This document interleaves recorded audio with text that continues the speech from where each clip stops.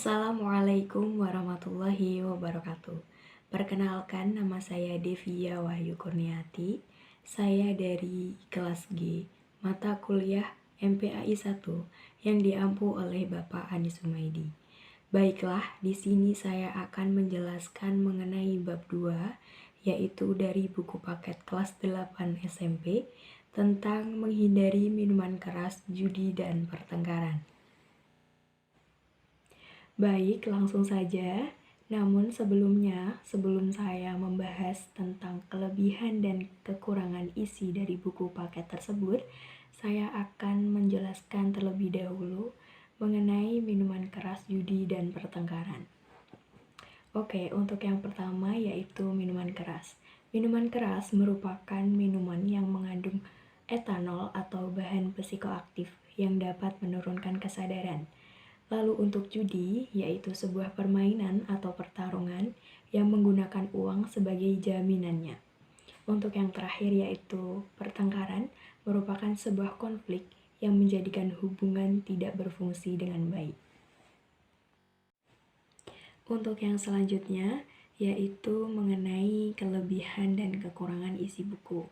Untuk yang pertama yaitu kelebihan, poin yang pertama, yaitu buku ini sudah menggunakan kalimat yang mudah dipahami dan dimengerti oleh siswa dan siswi.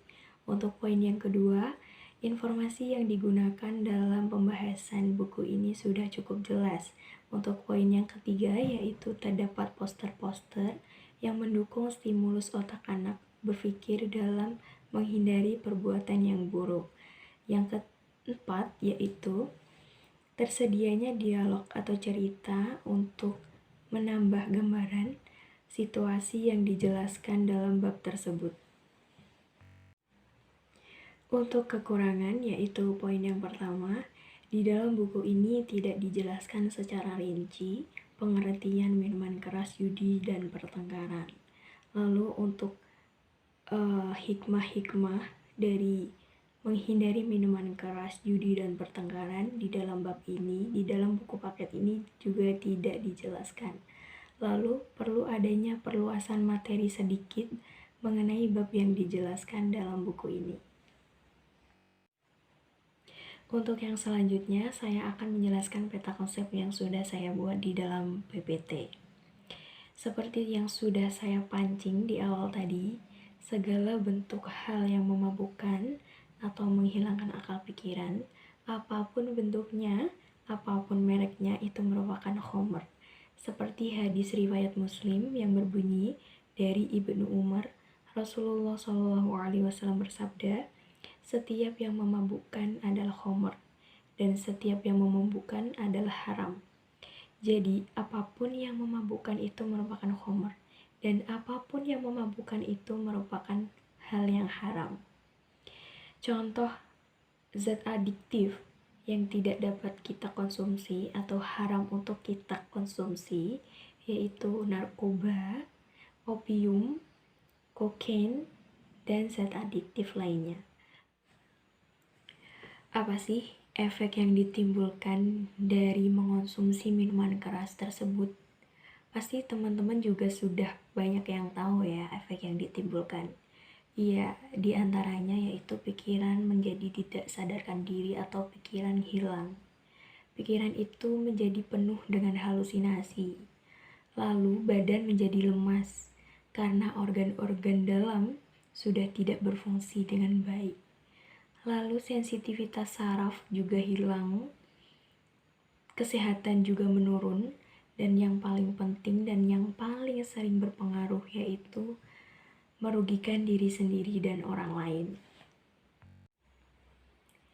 Teman-teman juga pasti sudah tahu kan, pemenang dalam perjudian itu akan mendapatkan sesuatu yang berlipat dari miliknya semula. Iya, karena mereka bertarung untuk mendapatkan uang tersebut.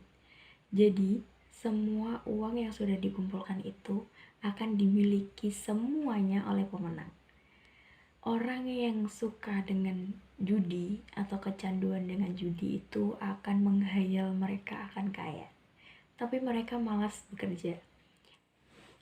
Di dalam Al-Quran, Allah sudah menggolongkan perbuatan kotor tersebut termasuk perbuatan syaitan. Seperti terdapat dalam surah Al-Maidah ayat 90 yang berbunyi, A'udzu billahi minasyaitonir rajim.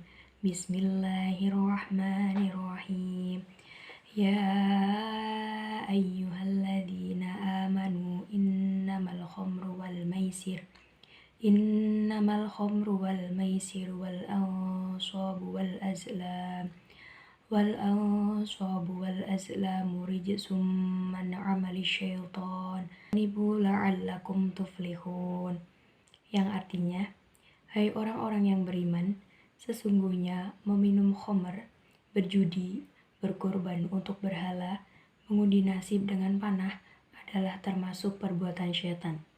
Maka jauhilah perbuatan-perbuatan itu agar kamu mendapatkan keberuntungan.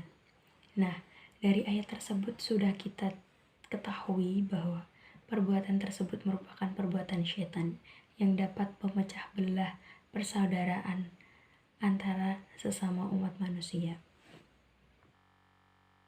Untuk yang selanjutnya, di dalam pergaulan pasti ada kalanya kita mendapati sebuah permasalahan antar teman atau ketersinggungan yang dapat menyebabkan pertengkaran dan permusuhan. Ada kalanya orang yang tidak suka atau tidak menyukai kebenaran pasti cenderung menyelesaikan masalahnya dengan bertengkar. Coba bayangkan, kalau misalkan kita selalu menyelesaikan masalah dengan bertengkar dan berbantah-bantahan, berapa energi yang sudah kita kuras selama ini? Nah, sebagai seorang manusia yang diberi Allah akal untuk berpikir baik ataupun buruk, sudah seharusnya jika kita mendapati permasalahan dengan teman kita atau percecokan dengan teman kita harus menyelesaikan dengan kepala dingin, dengan berdialog dan bermusyawarah, agar semuanya juga mendapatkan solusi yang terbaik. Demikianlah pemaparan materi yang dapat saya berikan. Jika ada kesalahan dalam bertutur kata ataupun menyampaikan sebuah materi, saya pribadi mohon maaf yang sebesar-besarnya. Terima kasih atas perhatian teman-teman. Sekian dari saya. Wassalamualaikum warahmatullahi wabarakatuh.